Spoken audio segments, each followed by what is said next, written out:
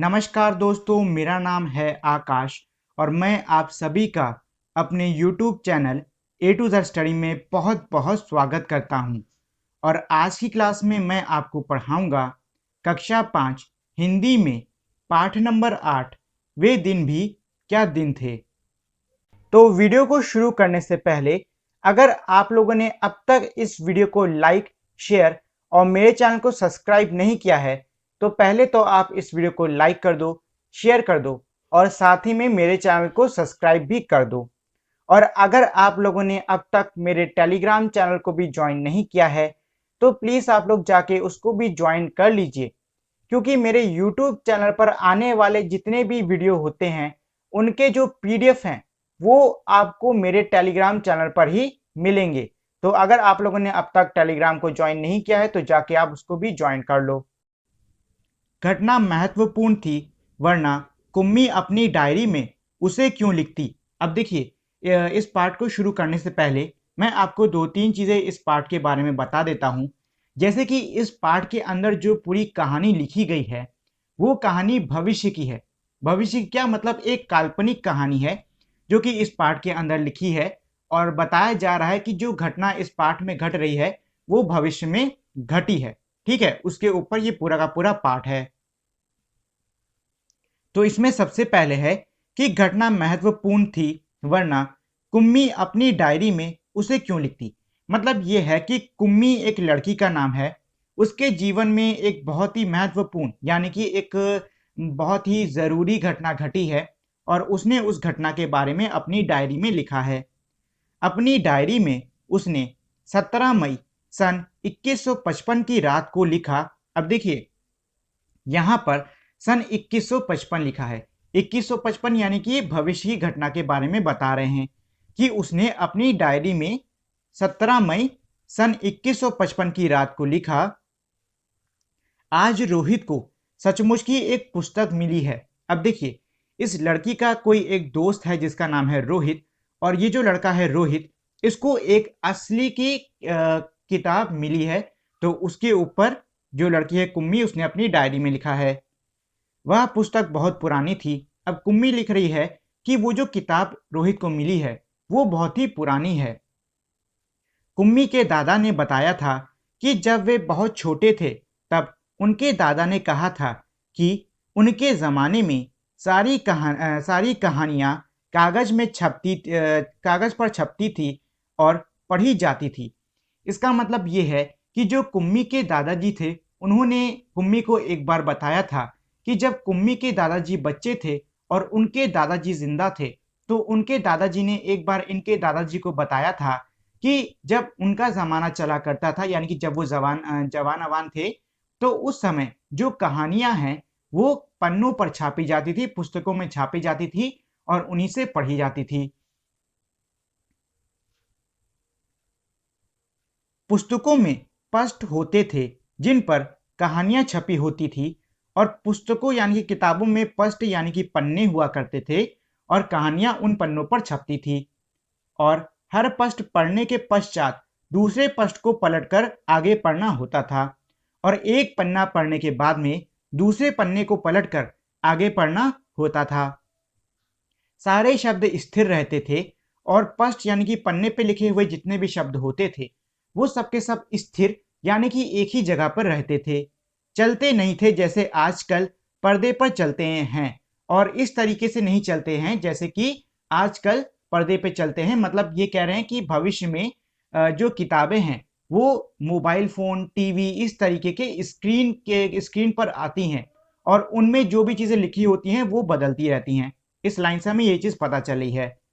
रोहित ने कहा था, अब जो रोहित है वो ये कह रहा था कितनी पुस्तकें बेकार जाती होंगी। मतलब ये सुन के जो रोहित है वो ये कह रहा था कि कितनी किताबें बेकार हो जाती होंगी, एक बार पढ़ी और फिर बेकार हो गई, क्योंकि उन किताबों को एक बार पढ़ा जाता होगा और फिर वो बेकार हो जाती होंगी। अब तो हमारे टेलीविज़न के पर्दे पर ना जाने कितनी पुस्तकों की सामग्री आ जाती है और फिर भी यह पुस्तकें नई की नई रहती हैं। और अब ये रोहित कह रहा है कि अब तो जो हमारा टेलीविज़न यानी कि जो हमारे टीवी का पर्दा यानी कि जो टीवी का जो स्क्रीन है उस पे कई सारी किताबें आ जाती हैं और वो किताबें हमेशा नई की नई रहती हैं। कुम्मी ने भी रोहित की हाँ में हाँ मिलाई। ये सुन के जो कुम्मी है वो भी रोहित के साथ में राजी हुई।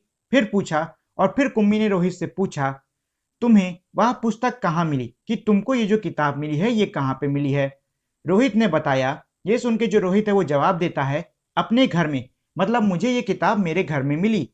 एक पुराना डिब्बा कहीं दबा पड़ा था, मतलब एक बहुत पुराना डिब्बा है जो कि कहीं पर बहुत दबा हुआ था, उसी को फेंक रहे थे कि उसमें से यह पुस्तक मिली, और उसी डिब्बे को हम लोग फेंक ही रहे थे कि उस डिब्बे के अंदर से हमें ये किताब मिली। इसमें क्या लिखा है। अब ये सुन के जो कुम्मी है वो रोहित से पूछती है कि इस किताब में क्या लिखा है। स्कूलों के बारे में लिखा है। ये सुन के जो रोहित है वो जवाब दे रहा है कि स्कूलों के बारे में इस किताब में लिखा है। स्कूल, कुम्मी ने प्रश्न किया। अब ये सुन के जो कुम्मी है वो एकदम सवाल पूछती है कि स्कूल, उसके विषय में लिखने को है ही क्या, भला स्कूल के विषय में लिखने को है ही क्या। हर विद्यार्थी के घर पर एक मशीन होती है जिसमें टेलीविजन की तरह का एक पर्दा होता है, रोज नियमित रूप से उसके सामने। और अब कुम्मी ये कहती है कि स्कूल के बारे में लिखने को होता ही क्या है। हर स्टूडेंट यानी कि हर छात्र के घर में एक मशीन होती है जिसमें कि टीवी की तरह एक स्क्रीन लगा होता है, और उसी स्क्रीन पर जो हमारी किताब है वो आती है, और उस मशीन के सामने नियमित रूप से यानी कि रेगुलरली हमको बैठना होता है। बैठकर हम सब याद करना होता है जो वह मशीन हमें बताती है, और उस मशीन के सामने बैठकर हमको वो सब याद करना होता है जो कि हमें वो मशीन बताती है। सारा गृह कार्य करके दूसरे दिन उसी मशीन में डाल देना होता है, और सारा होमवर्क करके दूसरे दिन हमको उसी मशीन में वो सब डाल देना होता है। हमारी गलतियां बताकर फिर वह हमें समझाती है, और फिर हमारी गलतियों को बताकर वो मशीन हमको समझाती है। एक विषय पूरा होने पर वही मशीन हमारी परीक्षा लेकर हमें आगे पढ़ाना आरंभ कर देती है, और जब एक विषय पूरा हो जाता है यानी कि एक सब्जेक्ट कंप्लीट हो जाता है तो वही मशीन हमारी परीक्षा ले लेती है और फिर हमको आगे का पढ़ाना शुरू कर देती है। कहते कहते कुम्मी थक गई थी। अब ये सब बोलते बोलते जो लड़की है कुम्मी, वो थक गई है। अंत में बोली, और आखिरी में जो कुम्मी है वो बोलती है, कितनी उबाऊ होती हैं यह सारा स्कूल का काम, मतलब कितना बोरिंग होता है ये सारा स्कूल का काम। रोहित मुस्कुराते हुए उसकी बातें सुन रहा था। अब ये जो लड़का है रोहित, ये मुस्कुराते हुए कुम्मी की सारी बातें सुन रहा था। अरे बुद्धू, उसने जवाब दिया और बोला, अरे मूर्ख, जैसे स्कूल का वर्णन इस पुस्तक में है वैसा इससे भिन्न होता है। अब ये रोहित कह रहा है कि जैसा तुमने स्कूल बोला है वैसा नहीं, बल्कि इस किताब में भिन्न प्रकार का यानी कि अलग सा स्कूल का वर्णन दिया हुआ है। इसमें तो उन स्कूलों के बारे में लिखा है जो सदियों पहले होते थे, और इस किताब में उन स्कूलों के बारे में लिखा है जो कि कई 100 साल पहले हुआ करते थे। कुम्मी के मन में कुछ उत्सुकता जागी। अब रोहित की ये बात सुनकर जो कुम्मी है उसके मन में कुछ उत्सुकता जागी, और कुम्मी बोली, फिर भी उनके यहाँ मशीन के बने अध्यापक तो होते ही होंगे। मतलब यह है कि अब कुम्मी पूछ रही है कि इसके बावजूद उन लोगों के यहाँ यानी पुराने स्कूलों में मशीन के बने हुए टीचर तो होते जरूर होंगे। कुम्मी को याद आया, अब ये सवाल पूछते हुए कुम्मी को एक घटना याद आ रही है, तो घटना हमारी आगे दी है। तो कुम्मी को याद आया कि एक बार उससे भूगोल में रोज वही गलतियां होने लगी थी, तो उसकी माँ ने मोहल्ले के अध्यक्ष को बताया था। कुम्मी ये कह रही है कि उसे याद आया कि एक बार उसके साथ में एक घटना हुई थी जिसमें उसके साथ में कई दिनों तक मतलब वो एक ही प्रकार से भूगोल यानी कि ज्योग्राफी में गलती कर रही थी। तो ये सब देख के जो इसकी माँ है, इन्होंने मोहल्ले के अध्यक्ष को ये बात बताई थी। तब एक आदमी आया था, तो इनके घर पे एक आदमी आया और उसने उस मशीन के पुर्जे पुर्जे अलग कर दिए, और उस आदमी ने आके उस मशीन को पूरी तरीके से खोल दिया। तब उसने मन ही मन यह मनाया था। तब ये जो कुम्मी है इसने मन ही मन ये इच्छा करी थी कि वह आदमी इस बोर करने वाले अध्यापक को पुनः जोड़ ना पाए, कि ये जो आदमी है ये इस बोर करने वाले अध्यापक यानी कि मशीन को दोबारा ना जोड़ पाए, तो उसे हमेशा की छुट्टी मिल जाएगी। तो जो कुम्मी है उसे हमेशा के लिए छुट्टी मिल जाएगी। लेकिन उस आदमी ने मशीन को फिर से जोड़कर उसकी माँ को बताया था, लेकिन जो आदमी है उसने उस मशीन को दोबारा जोड़ दिया और उसने इनकी माँ से बोला, लगता है कि मशीन के भूगोल की चक्की कुछ तेज रफ्तार पर थी। मतलब उस आदमी ने ये कहा कि लगता है कि जो मशीन की भूगोल की चक्की है वो थोड़ा तेज चल रही थी। सो आपकी लड़की के लिए उसे समझना कठिन हो गया था। तो इसी कारण से आपकी बेटी के लिए उसको समझना थोड़ा कठिन हो गया था। मैंने अब उसकी गति कुछ धीमी कर दी है। अब मैंने उस चक्की की जो गति है उसको थोड़ा धीरे कर दिया है। सो आशा है अब ठीक रहेगा। तो अब ये आशा है कि ये जो मशीन है ये ठीक से काम करेगी। और कुम्मी को उसी समय भूगोल का सबक सीखने बैठ जाना पड़ा था। और उस आदमी के जाते ही कुम्मी को उसी समय भूगोल यानी ज्योग्राफी का जो सबक है यानी कि जो पाठ है उसको पढ़ने के लिए तुरंत बैठना पड़ा था। मन ही मन वह उस मशीनी अध्यापक को कोसती रही थी और मन ही मन जो लड़की है कुम्मी वो उस मशीनी अध्यापक को कोस रही थी। तभी रोहित ने कुम्मी के सोचने के सिलसिले को तोड़ा। तभी जो रोहित है उसने कुम्मी के सोचने के सिलसिले को तोड़ा। कैसे तोड़ा होगा? बीच में बोल के ही तो तोड़ा होगा। तो अब यहाँ पे रोहित बोला, हाँ, तब अध्यापक तो होते थे परंतु मशीन नहीं, स्त्रियां और पुरुष होते थे।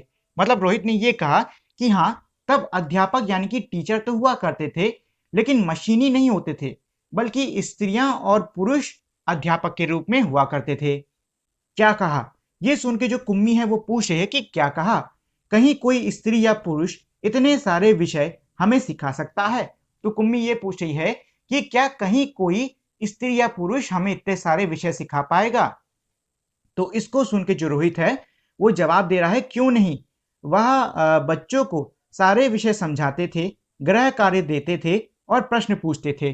वो जो उस समय के अध्यापक हुआ करते थे वो बच्चों को सारे विषय समझाते थे, होमवर्क देते थे और सवाल पूछा करते थे।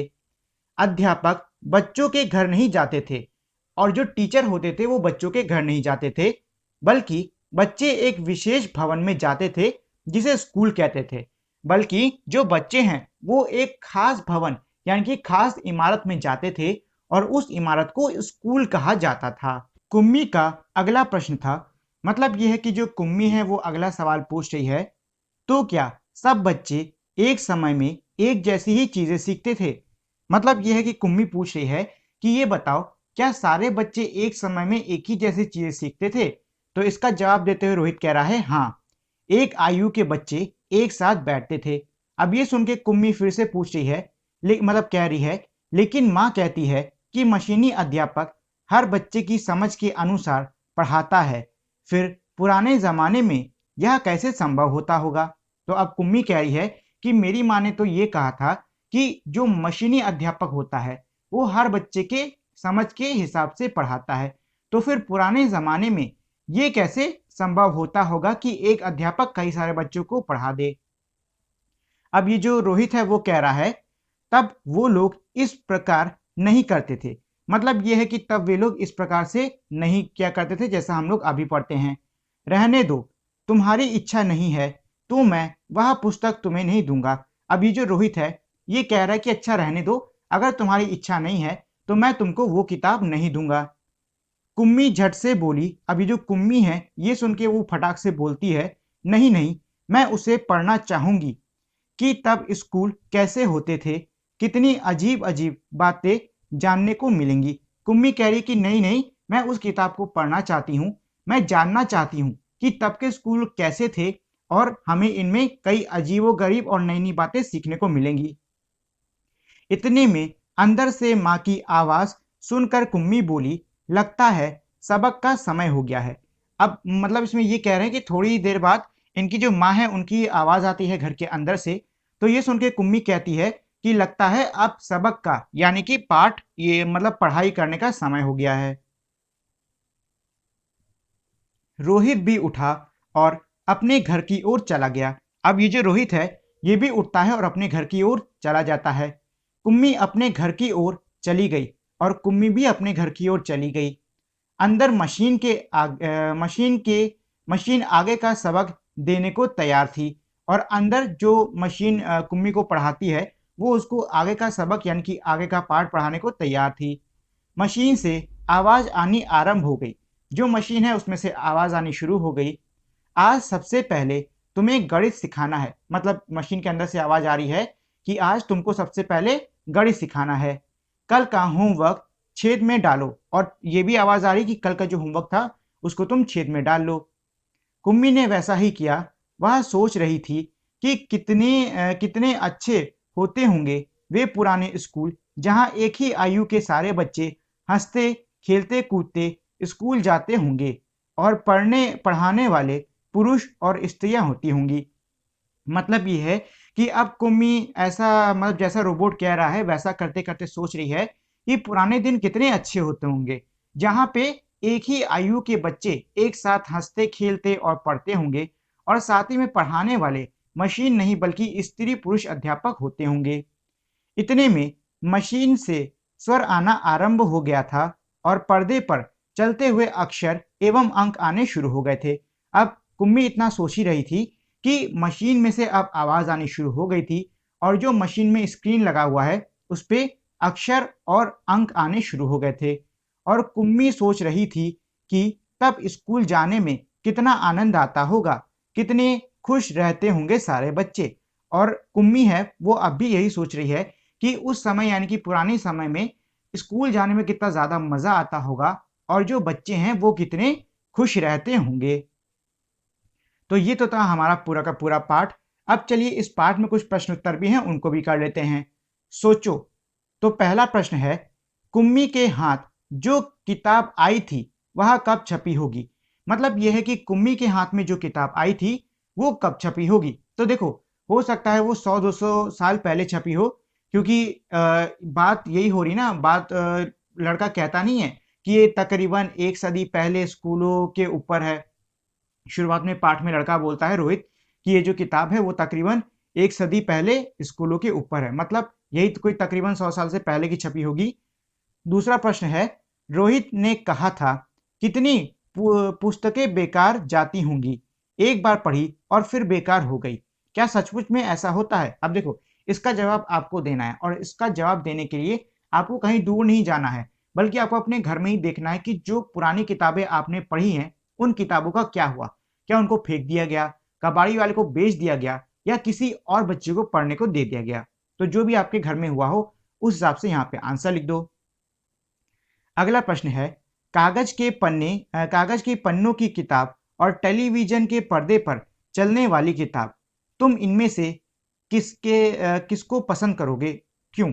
मतलब ये कह रहा है कि कागज से बनी हुई किताब और टेलीविजन पे यानी कि टीवी पे चलने वाली किताब, आप इन दोनों में से किस किताब से पढ़ना पसंद करोगे और क्यों। तो आपको इन दोनों में से जो भी किताब से पढ़ना अच्छा लगता है वो आप यहाँ पे लिख सकते हो और साथ ही में आपको अपना कारण भी लिखना होगा। अगला प्रश्न है, तुम कागज पर छपी किताबों से पढ़ते हो, पता करो कि कागज से पहले की छपाई किस किस चीजों पर हुआ करती थी। ठीक है, तो इसका जवाब चलिए मैं आपको बता देता हूं। तो कागज से पहले छपाई भोजपत्ते, छल्ले, लकड़ी और धातु से बने पत्रों पर होती थी। मतलब यह है कि कागज पे जो छपाई का काम है, इससे पहले जो भोजपत्र होते थे उस पे छापे जाते थे, मतलब उस पे लिखा जाता था। छल्ले हो गए और लकड़ी की पतली पतली झाल जो होती है उसको उचाड़ के उस पे लिख दिया जाता था। और धातु के पतले पतले पन्ने बनते थे या फिर मोटे मोटे भी पल्ले बन जाते थे, उस पे लिखा जाता था। मतलब यह है कि इन सभी चीजों पे लिखा जाता था। अब इसमें अगला प्रश्न है, तुम मशीन की मदद से पढ़ना चाहोगे या अध्यापक की मदद से। दोनों के पढ़ाने में किस किस तरह की सरलता और कठिनाइयां होंगी या फिर कठिनाइयां हैं। मतलब ये पूछ रहा है कि आप किससे पढ़ना चाहोगे, मशीन से पढ़ना चाहोगे या फिर किसी अध्यापक यानी कि टीचर से पढ़ना चाहोगे। और पहले तो आपको ये बताना कि आप इन दोनों में से किससे पढ़ना चाहोगे और फिर आपको जवाब देना है कि आप इनमें से अगर किसी से भी, मतलब या फिर आप अध्यापक से या फिर आप मशीन से पढ़ते हो, तो इन दोनों से ही पढ़ने में आपको क्या क्या परेशानियों का सामना करना पड़ सकता है। ठीक, अब इसमें अगला है, वो दिन भी क्या दिन थे। बीते दिनों की प्रशंसा में कही जाने वाली यह बात तुमने कभी किसी से सुनी होगी। अपने बीते हुए दिन के बारे में सोचो और बताओ कि उनमें से किस समय के बारे में तुम वो दिन भी क्या दिन थे कहना चाहोगे। मतलब ये एक तरीके से इसमें ये कह रहा है कि आपके जीवन में अब तक जितनी भी घटनाएं हुई हैं उनको सोचो। क्या आपके जीवन में ऐसी कोई घटना थी जिसको सोचते समय आप ऐसा कहना चाहोगे कि वो दिन भी क्या दिन थे। अगर ऐसी कोई घटना है तो यहां आपको लिख देनी है। कल, आज और कल 1967 में हिंदी में छपी इस कहानी में कल्पना की गई है कि सालों बाद स्कूल की जगह मशीनें ले लेंगी। तुम भी कल्पना करो कि बहुत सालों बाद ये चीज़ें कैसी होंगी। मतलब ये कह रहा है कि जो 1967 में ये जो स्टोरी है ये हमारी 1967 में छपी थी हिंदी में।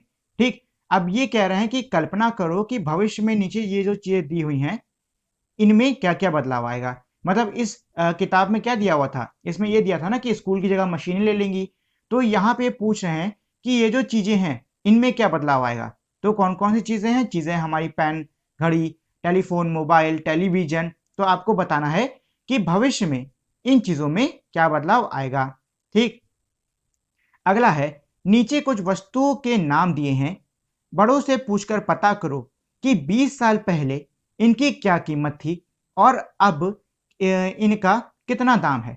मतलब ये कह रहा है कि आपको जाना है अपने घर के किसी बड़े के पास में, उससे पूछना है कि इन चीज़ों का दाम 20 साल पहले कितना था। मतलब उनसे जाके पूछो कि आलू 20 साल पहले कितने का था, दाल कितने की थी, लड्डू कितने का था, चावल कितने के थे, शक्कर कितने का था और दूध कितने का था। ठीक है, ये सारी चीज़ें आपको जाके घर के बड़े से पूछनी होगी। अगला है, आज हमारे कई काम कंप्यूटर की मदद से होते हैं। सोचो और लिखो कि अपने व्यक्तिगत और सार्वजनिक जीवन में हम कंप्यूटर का इस्तेमाल किन किन उद्देश्यों के लिए करते हैं। मतलब ये कह रहा है कि आज हम लोग अपने जीवन में कंप्यूटर का इस्तेमाल काफ़ी जगहों पे करते हैं। अब ये पूछ रहा है कि आपको बताना है कि हम लोग किन अपने जीवन में व्यक्तिगत और सार्वजनिक कारणों, मतलब किन किन जगहों पे व्यक्तिगत और सार्वजनिक रूप से या फिर कारणों से कंप्यूटर का इस्तेमाल करते हैं। ठीक है, तो देखो व्यक्तिगत तौर पे जो हम लोग फ़ोन यूज़ करते हैं, टीवी देखते हैं, स्मार्ट टीवी आजकल आ गया है, ये सब कंप्यूटर हो गया। सार्वजनिक तौर पे आप लोग कैफ़े जाते हो अपना कोई प्रिंट करवाने या फिर कोई फ़ोटोकॉपी कराने या फिर आप कहीं पे कुछ डेटा रन करने जाते हैं तो वो सब भी कंप्यूटर में आता है। मतलब ये है कि आप व्यक्तिगत में कुछ भी लिख सकते हो, जैसे कि आपका स्मार्ट टीवी हो गया, फ़ोन हो गया, और सार्वजनिक में आप लिख सकते हो सर्वे कैफ़े के जो कंप्यूटर होते हैं, प्रिंटर हो गया, कॉपी मशीन हो गई, ये सब। फिलहाल आपको जो भी लगता है वो आप यहाँ पे लिख सकते हो। अगला है, जानकारी देने या लेने के लिए कई तरीके अपनाए जाते हैं। मतलब ये है कि जानकारी की जो लेन देन की पूरी हमारी ये प्रोसेस है, ये प्रक्रिया है, इसके कई सारे तरीके अपनाए जाते हैं। हम जो कुछ सोचते या महसूस करते हैं उसे अभिव्यक्त करने या बताने की भी कई ढंग हो सकते हैं। अब ये कह रहा है कि हम जो भी सोचते हैं या फिर महसूस करते हैं उसको अभिव्यक्त करने का मतलब कि उसको बताने के कई अलग अलग ढंग होते हैं। बॉक्स में कुछ ऐसे कुछ साधन दिए हैं। अब ये कह रहा है कि नीचे बॉक्स में हमारे ऐसे ही कुछ साधन दे रखे हैं ये सारे।